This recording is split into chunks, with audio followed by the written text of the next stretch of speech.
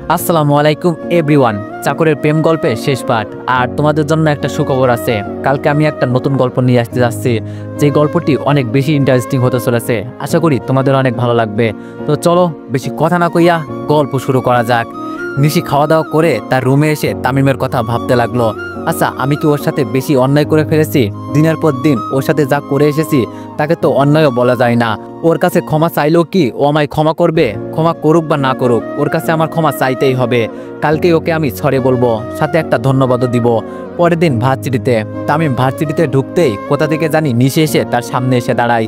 তামিম নিশিকে পাশ কাটিয়ে চলে আসতে যাবে, তার আগেই নিশি বলে উঠল, তোমার সাথে আমার একটু কথা আছে, প্লিজ না শুনে যেও না। তামিম বলল, আমার সাথে আবার আপনার কিসের কথা? নিশি বলল, আমার সাথে একটু আসো বলছি। বলেই তামিমের হাত ধরে তাকে টেনে ভার্সিটির পেছনে নিয়ে এলো। তামিম বলল, কথা বলবেন তো এখানে আনলেন কেন? নিশি মাথা নিচু করে বলল, আসলে আমি সরি তোমার সাথে এতদিন খারাপ বিহেভ করার জন্য। তামিম বলল, এই সরি বলার জন্য এইখানে নিয়ে এসেছেন? নিশি বলল, আর থ্যাংক ইউ। তামিম বলল, থ্যাংক ইউ কেন? নিশি বলল, গতকাল আমাকে বাঁচানোর জন্য। তামিম বলল, ও তার কিছু বলবেন? নিশি বলল, আমাকে কি ক্ষমা করা যায় না? তামিম বলল, আপনি কি ভুল করেছেন যে আপনাকে ক্ষমা করব? নিশি কিছু বলতে গিয়েও আটকে গেল, কারণ সে তামিমের সাথে যা যা করেছে তা বলে শেষ করা যাবে না। তামিম আর কিছু না বলে সেখান থেকে ক্লাসে চলে আসলো। ক্লাসে এসে সে শুভর কাছে গিয়ে বসে পড়ল। তামিম বলল, কিরে কখন আসলি? শুভ বলল, একটু আগে। তামিম বলল, ও। কিছুক্ষণের মধ্যে ক্লাসে সব স্টুডেন্ট চলে আসলো, সাথে স্যারও চলে আসলেন। এরপর স্যার ক্লাস করাতে শুরু করলেন। ওই দিনের মতো ভার্সিটি ছুটি হলে তামিম তার কাজে চলে গেল। সারাদিন কাজ শেষ করে রাতে তামিম বাসায় ফিরল। এইভাবে কেটে গেল 15 দিন। এই 15 দিনে মায়ের সাথে তামিমের অনেক ভালো একটা সম্পর্ক হয়েছে। নিশু এখন অনেকটাই বদলে গেছে। সে আর এখন তামিমের সাথে খারাপ ব্যবহার করে না, সবসময় তামিমের সাথে কথা বলার চেষ্টা করে, কিন্তু তামিম তাকে সবসময় এড়িয়ে চলে। এই কয়েকদিনে তামিম অনেক চেষ্টা করেছে তার আব্বুর টাকাগুলো কোথাও জমা রেখেছে সেটা খুঁজে বের করার জন্য, কিন্তু সে এখনও সেই টাকাগুলোর সন্ধান পায়নি। এইদিকে 1 মাসের মধ্যে অর্ধেক দিন কেটে গেছে, কিন্তু এখনও সে অর্ধেক টাকাই জমাতে পারেনি। তামিমের এখন বেশ চিন্তা হচ্ছে এই বিষয় নিয়ে। যদি সঠিক সময়ে হাসান চৌধুরীর টাকাগুলো সে পরিশোধ করতে না পারে তাহলে তো অনেক বড় ধরনের সমস্যা হতে পারে। তামিম কিভাবে এই ঝামেলা থেকে মুক্তি পাবে সেই পথটাই সে খুঁজে বেড়াচ্ছে। তামিম ভাবলো এখন শুধু একটাই উপায় আছে, সেটা হলো মায়ের আব্বুর কাছে এই বিষয়ে বলে কিছু টাকা পাওয়া যায় কিনা। তারপর একদিন তামিম যখন রেস্টুরেন্টে কাজ করতে গেল তখন প্রথমেই মায়ের আব্বুর কাছে চলে আসলো। তামিম বলল, আসসালামু আলাইকুম স্যার, আপনার সাথে আমার একটু কথা ছিল। মায়ের আব্বু বলল, ওয়ালাইকুম আসসালাম, হ্যাঁ বলো কি কথা? তামিম বলল, আসলে কিভাবে যে কথাটা বলি বুঝতে পারছি না। মায়ের আব্বু বলল, সমস্যা নেই বলো। তামিম ভয়ে ভয়ে বলল, আসলে স্যার আমার 1 লক্ষ টাকা লাগবে। মায়ের আব্বু অবাক হয়ে বলল, কি 1 লক্ষ টাকা? এত টাকা দিয়ে তুমি কি করবে? তামিম বলল, আসলে স্যার হয়েছে কি। তারপর মায়ের আব্বুকে তামিম সবকিছু খুলে বলল। মায়ের আব্বু কিছুক্ষণ ভেবে বলল, দেখো তোমাকে এত টাকা তো আমি দিতে পারবো না, তবে 10,000-এর মতো টাকা তোমাকে দিতে পারবো, বাকি টাকা তুমি জোগাড় করার চেষ্টা করো। তামিম কিছুক্ষণ ভেবে বলল, আচ্ছা তাহলে ঠিক আছে, 10,000 টাকাই দেন, বাকিগুলো না হয় আমি জোগাড় করার চেষ্টা করব। মায়ের আব্বু বলল, আচ্ছা তাহলে তুমি বরং কালকে এসে টাকা নিয়ে যেও। তামিম বলল, আচ্ছা স্যার। তারপর তামিম ওইখান থেকে চলে এসে কাজে লেগে পড়ল। সারাদিন কাজ শেষে রাজকে পড়িয়ে তামিম রাতে বাসায় ফিরল। বাসায় এসে খাবার খেতে বসলে তামিমের আম্মু তাকে বললেন, 1 মাসের মধ্যে অর্ধেক দিন তো কেটেই গেছে, তাই এতদিনে কত টাকা জোগাড় করলি বাবা? তামিম নিশ্চুপ। তামিমের আম্মু বলল, কি হলো চুপ করে আছিস কেন? তামিম বলল, আসলে আম্মু এখন পর্যন্ত 1 টাকাও জোগাড় করতে পারিনি, তবে আমি যেই রেস্টুরেন্টে কাজ করি ওই রেস্টুরেন্টের মালিকের কাছে এই বিষয়ে কিছু বলে টাকা চেয়েছিলাম। তামিমের আম্মু বলল, তা উনি তোকে কত টাকা দিলেন? তামিম বলল, আজকে দেননি, বলেছেন কালকে কাজে এলে 10,000 টাকা দিবেন। তামিমের আম্মু বলল, উনি 10,000 টাকা দিলে আরো 90,000 টাকা আমরা কোথায় পাবো? তামিম বলল, জানি না আম্মু, তবে উপরওয়ালা নিশ্চয়ই একটা পথ বের করে দিবেন আমাদের। তামিমের আম্মু বলল, হ্যাঁ এখন উপরওয়ালা ছাড়া তো আমাদের আর কোনো ভরসা নেই, উপরওয়ালাই সবকিছুর মালিক, উনি যা করবেন তা সবার ভালোর জন্যই, নিশ্চয়ই উনি সামনে আমাদের জন্য ভালো কিছু রেখেছেন। মায়ার পরিবার রাতে খাবার খাওয়ার জন্য ডাইনিং টেবিলে বসে আছে, সবাই খাবার খাচ্ছে, কিন্তু মায়ার আব্বু বসে কি যেন ভাবছে। ওনাকে ভাবতে দেখে মায়া বলে উঠল, কি হয়েছে আব্বু, কি ভাবছো? মায়ের আব্বু বলল, কই কি ভাবছি, কিছু না তো। মায়া বলল, আমি দেখছি তুমি খেতে বসার পর থেকে খাবার না খেয়ে কি যেন ভেবে যাচ্ছ, কি ভাবছো বলো তো? মায়ের আব্বু বলল, তোর সাথে একটা ছেলে পড়ে না, যে আমার রেস্টুরেন্টে কাজ করে তার কথাই ভাবছি। মায়া বলল, তামিমের কথা? তা কি ভাবছো ওকে নিয়ে? মায়ার আব্বু বলল, ও আজ দুপুরে কাজে এসে হঠাৎ করে আমায় বলল ওর নাকি 1 লক্ষ টাকা লাগবে। কে যেন তাদের কাছে 1 লক্ষ টাকা পায়, ঠিক সময়ে যদি টাকা পরিশোধ করতে না পারে তাহলে ওই ব্যক্তিটা নাকি তাদের নামে মামলা করবে। মায়া বলল, হ্যাঁ আমাকেও সে এই ব্যাপারে বলেছে। তা তুমি তখন কি বললে? মায়ার আব্বু বলল, বলেছি এত টাকা তো আমি দিতে পারবো না, তবে 10,000 টাকা দিতে পারবো। কাল কাজে আসলে সে যেন আমার থেকে টাকাগুলো নিয়ে যায়। মায়া বলল, বুঝলাম, তো এখন আর কি ভাবছো? মায়ার আব্বু বলল, ওই ছেলেটার কথাই আজ আমার সেই লোকটার কথা মনে পড়ে গেছে, যে 2 মাস আগে আমার কাছে 1 লক্ষ টাকা রেখে গিয়েছিল। ওই লোকটার পরিবারে আর কেউ আছে কিনা, বা ওই লোকটার বাড়ি কোথায়, এর কিছুই জানা হলো না, অথচ ওই লোকটার টাকাগুলো এখনো আমার কাছে জমা আছে। মায়া বলল, অ্যাক্সিডেন্টের আগে উনি কি তোমায় কিছু বলে যায়নি? মায়ের আব্বু বলল, না কিছুই বলেনি। মায়া বলল, কিছুই না? একটু মনে করে দেখোই না। মায়ের আব্বু মায়ের কথা শুনে ভাবনায় পড়ে গেলেন, আর কিছুক্ষণ ভাবার পর বললেন, না মনে পড়ছে না। আসলে ওই দিন উনি আমাকে বাসাতে গিয়ে গাড়ির নিচে চাপা পড়ে মারা গেছেন। ওনার কাছে আমি সারা জীবন ঋণী হয়ে থাকবো। মায়া বলল, আচ্ছা আব্বু, একটা কাজ করলে কেমন হয়? মায়ের আব্বু বলল, কি কাজ? মায়া বলল, ওই লোকের টাকাগুলো তামিমকে দিয়ে দিলে কেমন হয়? দেখো ওই লোকটার পরিবারে কেউ আছে কিনা সেটা তো উনি তোমাকে বলে যাননি, তাহলে তুমি কেন ওই টাকাগুলো নিজের কাছে রেখেছো? আচ্ছা ধরলাম ওই লোকটার পরিবারে কেউ না কেউ আছে, তো ওই লোকটাকে তুমি খুঁজে পাবে কোথায়? তাছাড়া তামিম ছেলেটাও অনেক গরিব, ওনার টাকাগুলো যদি তামিমকে দিয়ে দাও তাহলে এতে ওই লোকটারই সব হবে, আর তামিম ছেলেটা জীবন থেকে সব কষ্ট দূর হয়ে যাবে। মায়ার আব্বু বলল, তারপরও আমাদের এই কাজটা করা ঠিক হবে না। হতেও তো পারে কোনোদিন ওই লোকটার পরিবারের কোনো মানুষের দেখা পেয়ে যায়, তাহলে ওই দিন ওই টাকাগুলো ওই ব্যক্তিটাকে দিয়ে দিব। মায়া বলল, যে কেউ এসে যদি বলে আমি ওই লোকটার পরিবারের একজন, তখন তুমি বুঝবে কিভাবে যে ওই ব্যক্তিটা সত্যি বলছে? মায়ের আব্বু বলল, তখনকার বিষয় তখন দেখা যাবে, এখন খাওয়া শেষ করো। মায়া আর কিছু বলল না, খাওয়া শেষ করে নিজের রুমে চলে আসলো। রুমে এসে ভাবতে লাগলো, যেই ব্যক্তিটার আব্বুর জীবন বাঁচিয়েছিল সেই ব্যক্তিটা অ্যাক্সিডেন্টে মারা গেছে, এইদিকে তামিমের আব্বু তো অ্যাক্সিডেন্টে মারা গেছেন, দুজনের মধ্যেই একটা মিল রয়েছে। আচ্ছা ওই ব্যক্তিটা তামিমের আব্বু নয় তো? যদি ওই ব্যক্তিটা তামিমের আব্বু হয়ে থাকেন তাহলে আব্বুর কাছে থাকা জমা টাকাগুলোও তো তামিমেরই হবে। ওয়েট, কালকে ভার্সিটিতে গিয়ে তামিমের থেকে প্রথমে কিছু বিষয় জেনে নিতে হবে। যদি আমার মনের প্রশ্নগুলোর সাথে তামিমের উত্তর মিলে যায় তাহলে বুঝবো ওই ব্যক্তিটা তামিমের আব্বুই ছিলেন। পরের দিন মায়া ভার্সিটিতে এসে তামিমকে বলল, তোমাকে কিছু জিজ্ঞেস করার ছিল। তামিম বলল, কি বলো? মায়া বলল, আচ্ছা তোমার আব্বু কিভাবে মারা গিয়েছিলেন?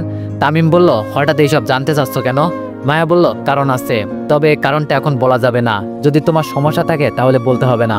তামিম কিছুক্ষণ চুপ থেকে বলল, তোমাকে তো আগেই বলেছিলাম আব্বু একটা অ্যাক্সিডেন্টে মারা গেছেন, ওনার অ্যাক্সিডেন্টের সময় আমি তো ওনার সাথে ছিলাম না, থাকলে তো বলতেই পারতাম ওনার মৃত্যুটা স্বাভাবিকভাবে হয়েছে নাকি অস্বাভাবিকভাবে। মায়া বলল, আচ্ছা তোমার আব্বু যে নিশির আব্বুর থেকে 1 লক্ষ টাকা নিয়েছিল ওই টাকাগুলো কোথায়?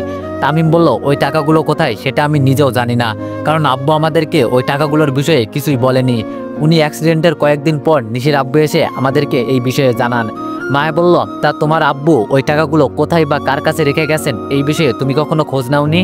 তামিম বলল, না, তবে আমি আর আম্মু একদিন নিজেদের মধ্যে এই বিষয়ে কথা বলছিলাম। আম্মুকে জিজ্ঞেস করলে আম্মু বললেন উনিও নাকি এই বিষয়ে কিছুই জানেন না, তবে আমার মন বলছে আব্বু অ্যাক্সিডেন্টের সময় নিশ্চয়ই কারোর কাছে ওই টাকাগুলো রেখে গেছেন, কিন্তু কার কাছে রেখে গেছেন এটা আমি এখনো জানতে পারিনি। মায়া বলল, তাহলে তুমি পুলিশকে এই বিষয়ে কিছু জানালে না কেন? তামিম বলল, জানিয়ে কি লাভ, পুলিশ কি আর ওই লোকটাকে খুঁজে বের করতে পারবে? আমি তো নিজেই জানি না আব্বু কার কাছে টাকাগুলো রেখে গেছেন, তাহলে পুলিশ কিভাবে জানবে? মায়া বলল, সেটাও কথা। আচ্ছা এখন এইসব বাদ দাও, আর বলো এই 15 দিনে কত টাকা জোগাড় করলে? তামিম মুখ বার করে বলল, 1 টাকাও না। মায়া বলল, কেন? তামিম বলল, আমি কি শ্রমিকের কাজ করি নাকি যে একদিনে কাজ করব আর ওই দিনে টাকা পাবো? মায়া বলল, সেটাও কথা। আচ্ছা তুমি চিন্তা করো না, বাকি অর্ধেক দিনে টাকাগুলো ঠিকই জোগাড় হয়ে যাবে। তামিম কিছু বলল না। মায়া বলল, ক্লাসে যাবা না? তামিম বলল, একটু পরে যাব, তুমি যাও। মায়া বলল, আচ্ছা তাহলে আমি গেলাম। তারপর মায়া সেখান থেকে চলে গেল। কিছুক্ষণ পর তামিমও সেখান থেকে ক্লাসে চলে আসলো। ভার্সিটির ছুটির পর তামিম তার কাজে চলে আসলো। সারাদিন কাজ করে রাতের আজকে পড়িয়ে তামিম বাসায় ফিরল।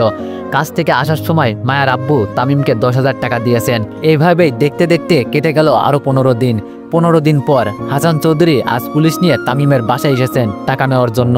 তামিম আর তার আম্মু দুজনেই হাসান চৌধুরীর সামনে মাথা নিচু করে দাঁড়িয়ে আছে। থাকবেই না কেন, 1 মাসের মধ্যে তামিম যে হাসান চৌধুরীর পাওনা টাকাগুলো শোধ করতে পারেনি। হাসান চৌধুরী বলল, ইন্সপেক্টর আপনাকে এখানে কেন আনা হয়েছে এটা তো আপনি ভালো করেই জানেন, এবার আপনি কি এদেরকে গ্রেপ্তার করবেন নাকি আমাকে এর জন্য আলাদাভাবে বলতে হবে?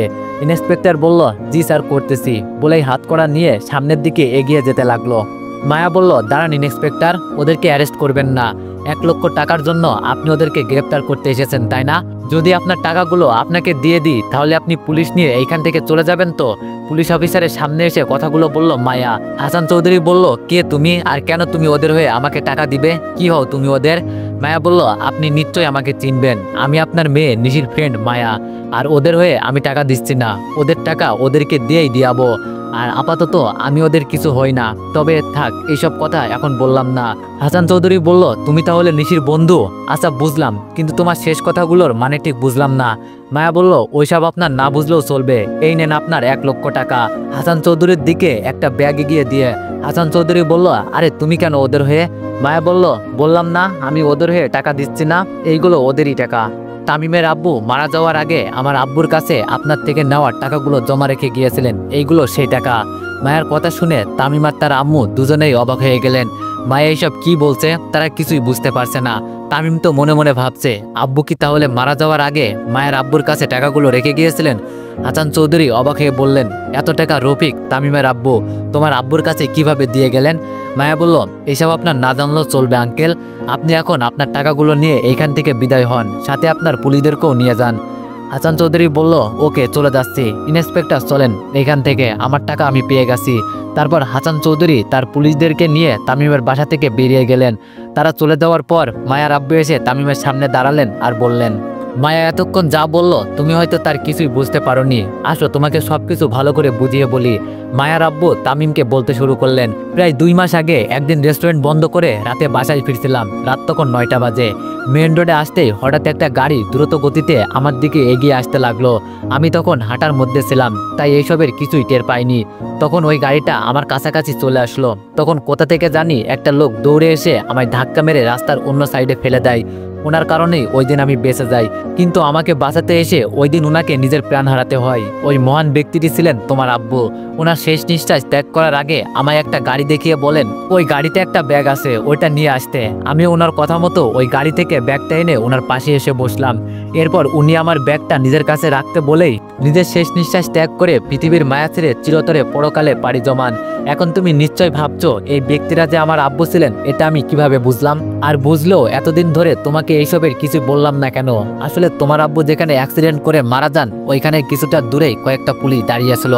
আমি যদি ওইখানে আরো কিছুক্ষণ থাকতাম তাহলে পুলিশ ভাবতো তোমার আব্বুকে হয়তো আমি এই টাকাগুলোর জন্য খুন করেছি। এই দেশের পুলিশের খবর তো তুমি ভালোই জানো।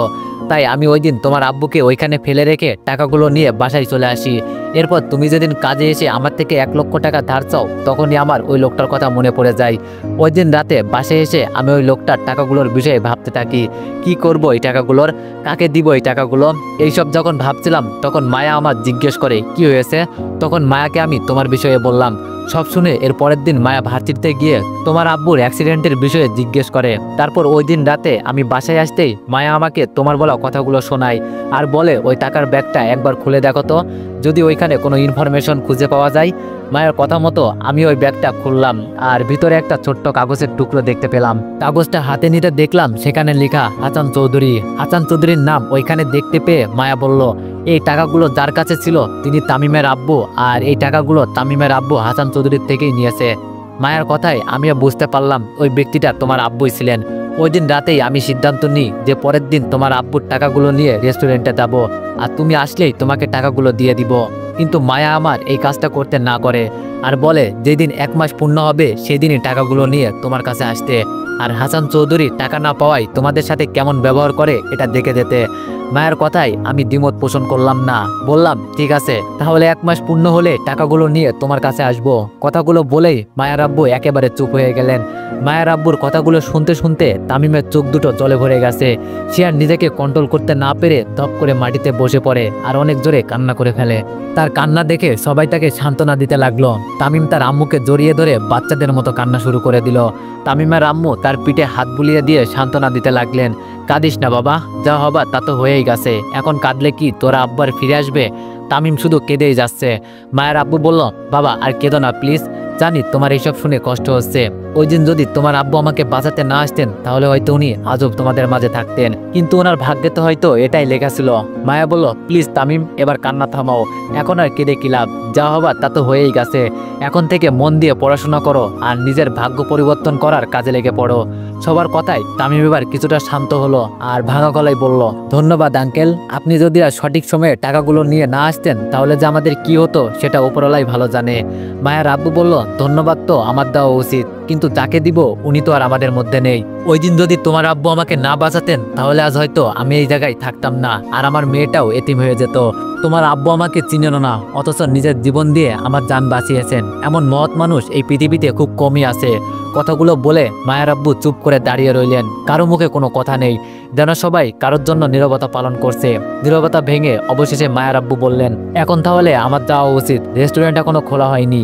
মায়ের আব্বুর কথা শুনে তামিমের আম্মু উঠে দাঁড়ালেন আর বললেন, তামিমের আম্মু বলল, সে কি, আপনারাই প্রথম আমাদের বাসায় আসলেন অথচ কিছু না খেয়েই চলে যাবেন? মায়া বলল, না আন্টি, আজ আমরা কিছুই খাবো না, আমি না হয় অন্য একদিন এসে কিছু খেয়ে যাব, আজ আমরা যাই। তামিমের আম্মু বলল, আচ্ছা তাহলে ঠিক আছে, মনে করে এসো কিন্তু। মায়া বলল, আচ্ছা। আর তামিম, যা হওয়ার হয়েছে ওইসব ভুলে যাও আর নতুন করে জীবন শুরু করো, চলো আব্বু। তারপর মায়া আর তার আব্বু তামিমদের বাসা থেকে চলে গেলেন। ওরা চলে যাওয়ার পর তামিমের আম্মু তামিমের কাছে এসে বললেন, আর কতক্ষণ এইভাবে বসে থাকবি, যা উঠে হাত মুখ ধুয়ে আয়, আমি খাবারের ব্যবস্থা করছি। তামিম বলল, আমার ক্ষুধা নেই, তুমি খেয়ে নাও। তামিমের আম্মু বলল, সে কি, সকাল থেকে তো কিছুই খাসনি, এখন আবার বলছিস ক্ষুধা নেই? যা উঠে হাত মুখ ধুয়ে আয় বলছি, না হলে কিন্তু আমিও কিছু খাবো না। তামিম বলল, আচ্ছা ঠিক আছে, যাচ্ছি। তারপর তামিম ফ্রেশ হয়ে খাবার খেতে গেল।